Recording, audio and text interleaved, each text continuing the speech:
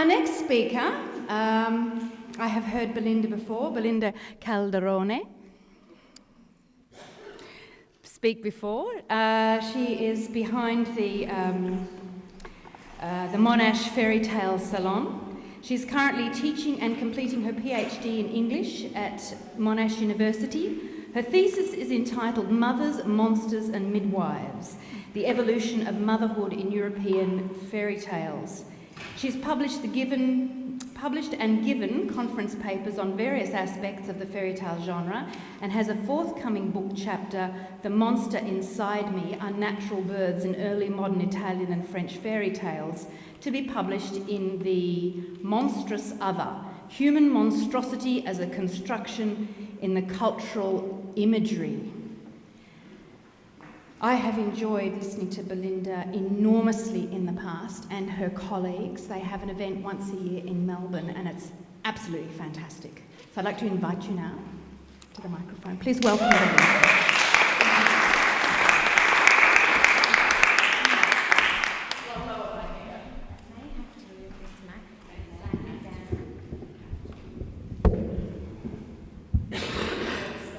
Hold on, that way? Is that the Cindy office? Can people hear me all right? Is that not too... Okay. Yay. Hello, everyone. So I'm Belinda.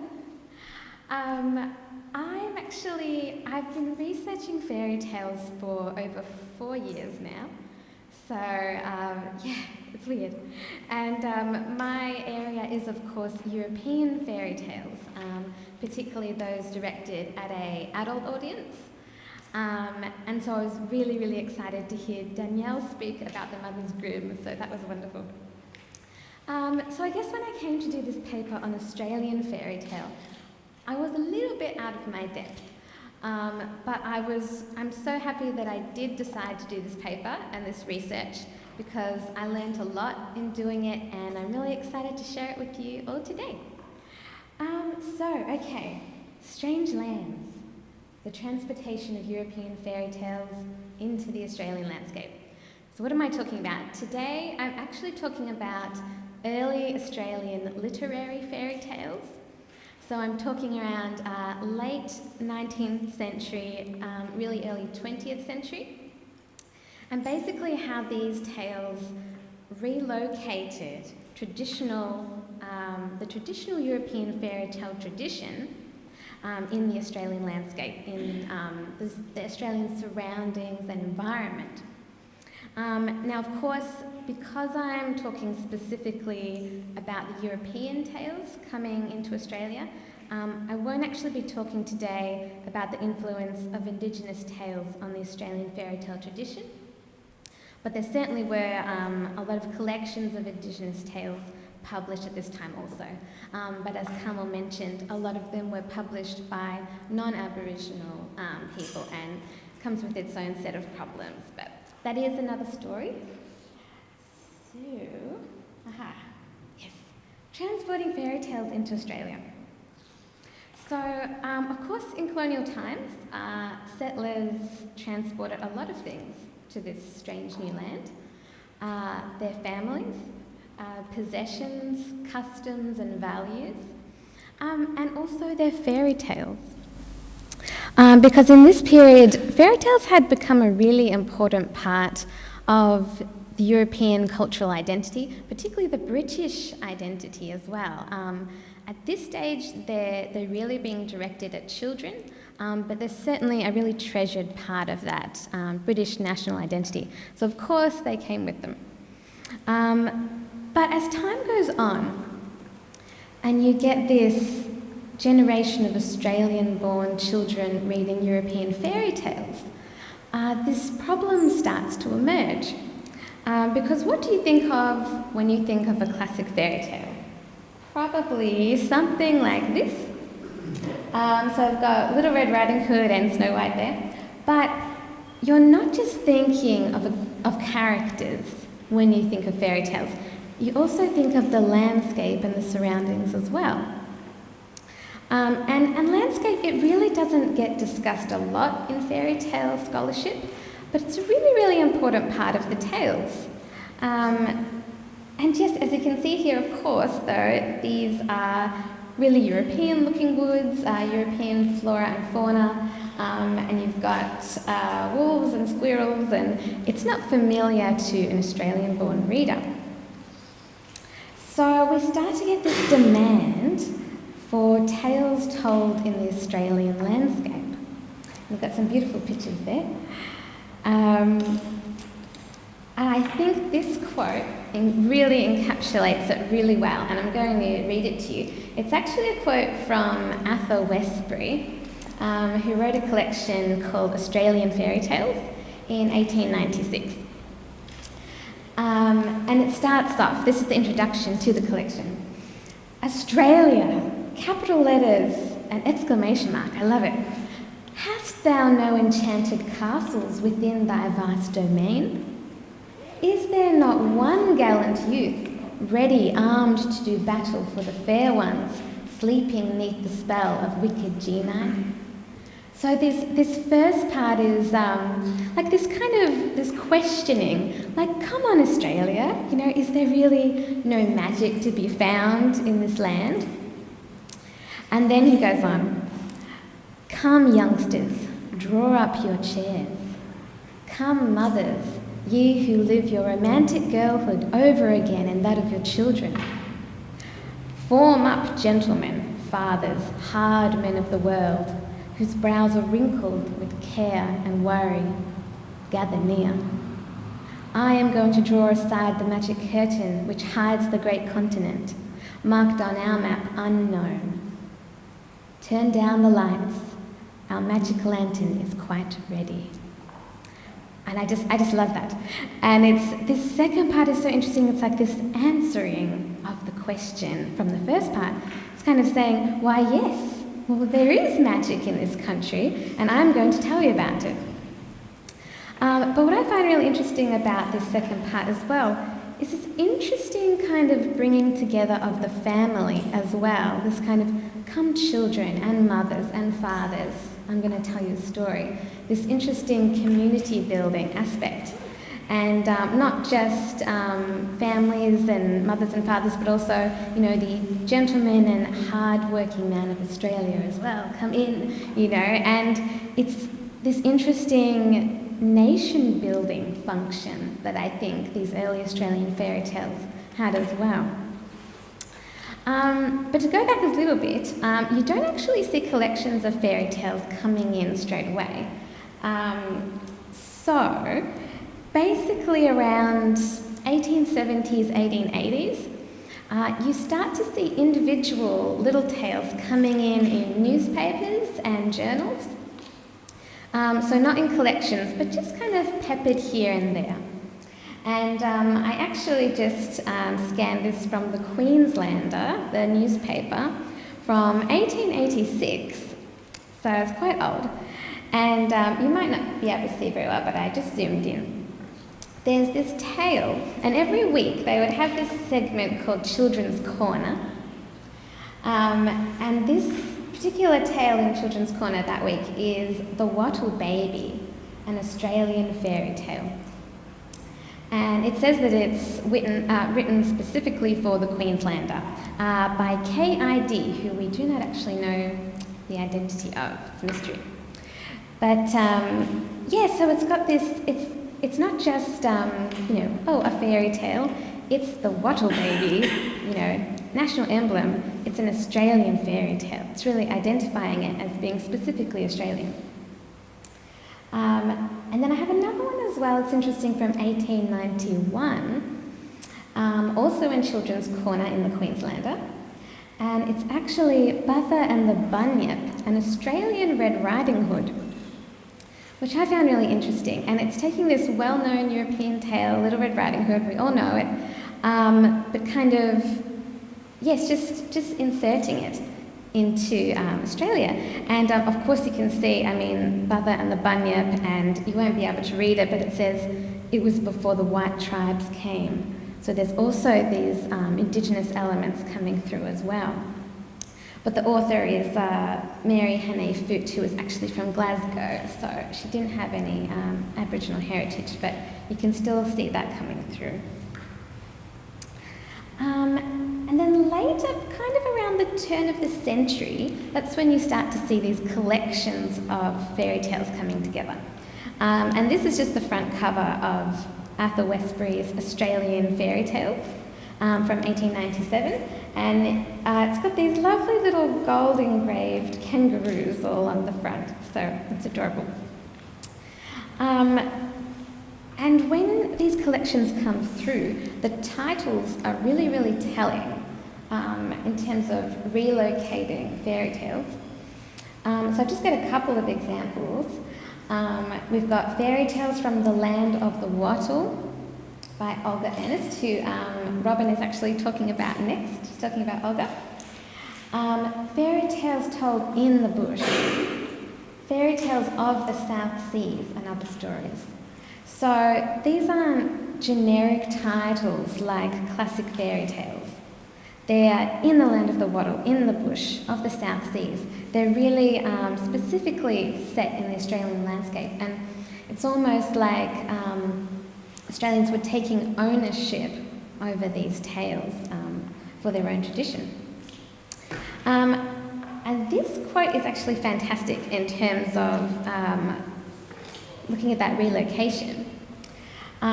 This is a quote from the beginning of James Hume's Cook's collection, Australian Fairy Tales. And it was actually a little introduction done by William Morris Hughes, former Prime Minister of Australia. I just find that amazing that he wrote something for it, so it's like such a national issue, you know. And he says, "Hitherto, the fairies we have known, though very delightful beings, have had their habitat in far-off lands." So this is kind of stating the problem. "Thanks to the researches of Mr. Hume Cook, we are now able to wander through the enchanted bush with real Australian fairy princes and princesses, share in the thrills of their amazing adventures, rejoice in the triumph of virtue and be glad at the downfall of vice. The dwellers in Australian fairyland, although akin to those of other climes, have a distinct character of their own." So it's this real claiming of the fairy tale tradition for themselves. And I'm just going to talk about three specific tales that I found in my research. Now, you all know Goldilocks and the Three Bears. It's a tale that pretty much everyone would know, and it was probably read as a child.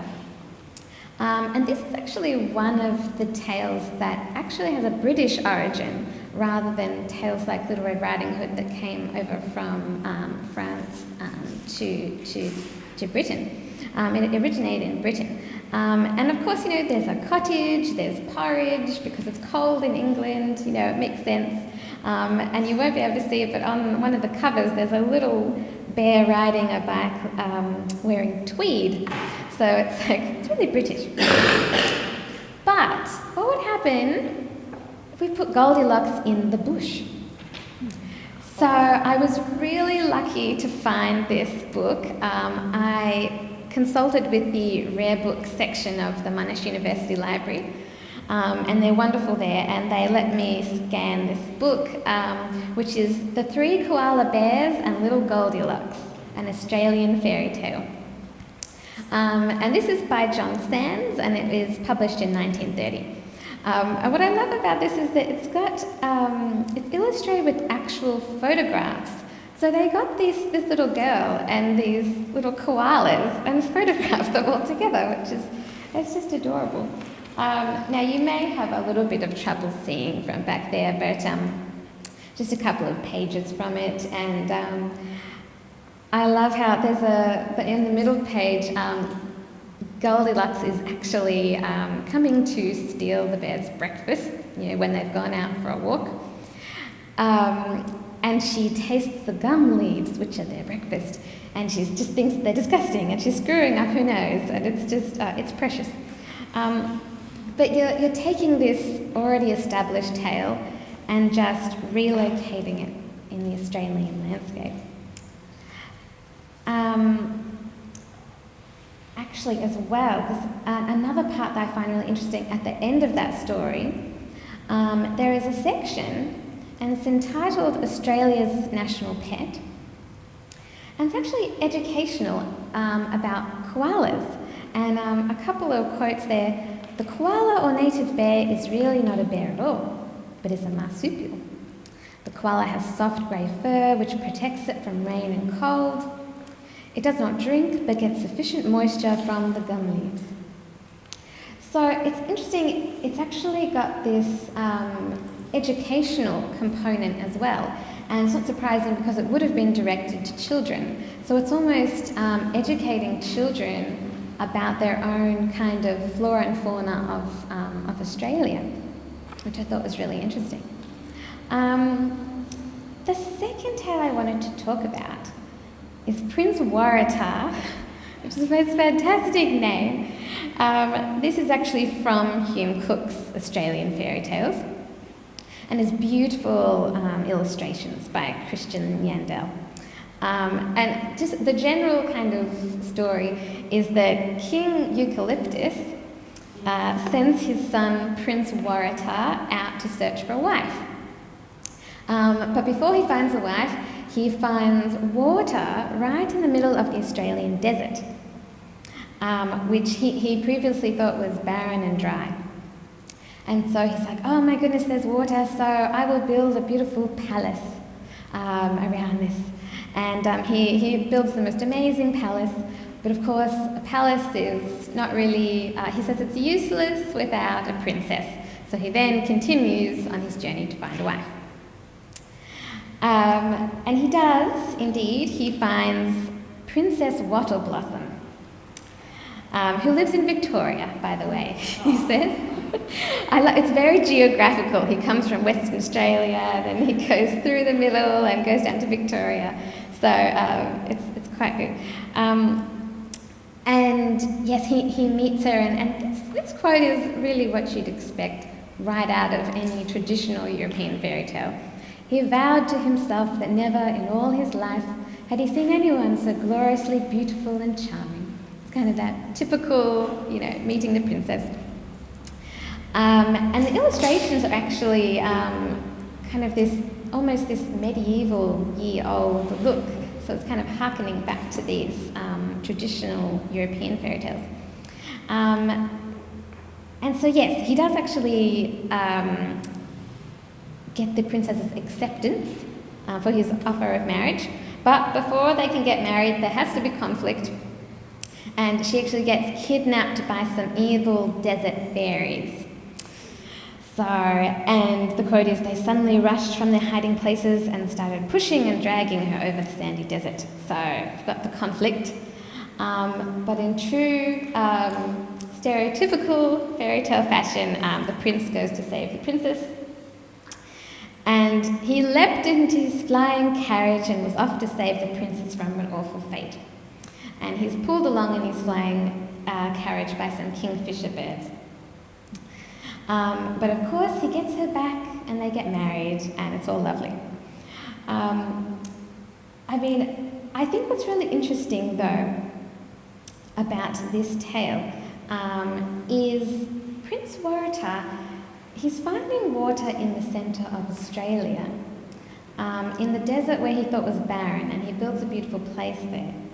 And I think that this kind of idea of finding beauty and prosperity in a landscape that he previously considered very empty and maybe unforgiving, it parallels a lot of experiences of early settlers and that kind of attitude, I think.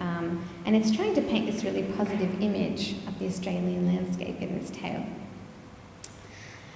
But yeah, and I mean it's not fairy tale you would recognise, like Little Red Riding Hood or Sleeping Beauty, but it's got those key fairy tale elements with the prince and the princess, and he's saving her from something. So yeah, the last tale I want to talk about, which I don't know, it's very short, but it's just very close to my heart for some reason. When I read it, I just really loved it. And it's called the Laughing Jackass, which I would know as a kookaburra. I had to look up what they meant by laughing jackass. I'm a bit embarrassed, I'm sorry. And so basically, I've got a couple of quotes. And it starts, "Ha ha ha, ho ho ho," roared the laughing jackass. It was a glorious morning in the heart of the bush. The mockingbird of Australia sat perched upon the highest bough of a giant red gum. So right from the beginning, it's really signalling the Australian landscape. There's a kookaburra, it's sitting on a red gum, and it's in the bush. But what actually happens is the kookaburra looks down from its tree, and there's a boy there crying under the tree. And it says, "Poor Bertie West was lost in the bush, lost utterly. For 2 whole days the child had wandered on and on. For 2 days the child had not seen a sign of civilization, not any form of life whatsoever, save a native bear, 1 or 2 wallabies, and this mocking jackass who seemed to add to the poor wanderer's grief by its unseemly laughter." What I find interesting here, so at the beginning of this tale, this young boy has a really negative relationship with the Australian landscape. He's lost in the bush, he's crying, the native animals are really no comfort at all to him. In fact, they're making him feel worse. And there was this really common attitude of a lot of early Australian settlers that the landscape of Australia was harsh and empty and cold and unforgiving, this really negative kind of attitude. But in the story, something really magical happens. The kookaburra starts talking to the boy and comforting him, and actually gets him home by putting him on the back of a magical talking emu that has a little saddle on its back. So it puts the boy in there, and the emu takes the boy back to his parents. And it ends, the next moment, the poor little boy is in the strong arms of his father, whose voice is husky with emotion as he mutters a prayer of thankfulness. So it's like the Australian bush and its inhabitants have like saved the day, in a way, in this tale. So, and then the last part is really important, and Bertie Wake slept well. In the early morning, however, he arose and went out into the stable yard, where the laughing jackass nodded on his perch. "Hello, Jack the Rover," he said, saluting the bird. So now, in contrast to the start of the tale, the boy now has this really, really positive relationship with the Australian landscape. So I can imagine, young children reading this, and it's kind of trying to really foster this positivity about Australia. But yes, I will finish up. That picture has no particular function, it's just pretty. But I think there's a lot of different types of early Australian fairy tales. I mean, you've got the ones that are so recognisable from the European fairy tale tradition, like Red Riding Hood. And then you've got ones that perhaps are modelled on that general traditional idea, but that are really kind of very Australian and very unique. But I think overall, in these Australian fairy tales, we see a really similar function of creating a sense of national identity and encouraging readers to have a positive relationship with the Australian landscape. Yes, and I just learnt so much doing this paper, and if you have any questions, please ask me. I think the microphone fell down.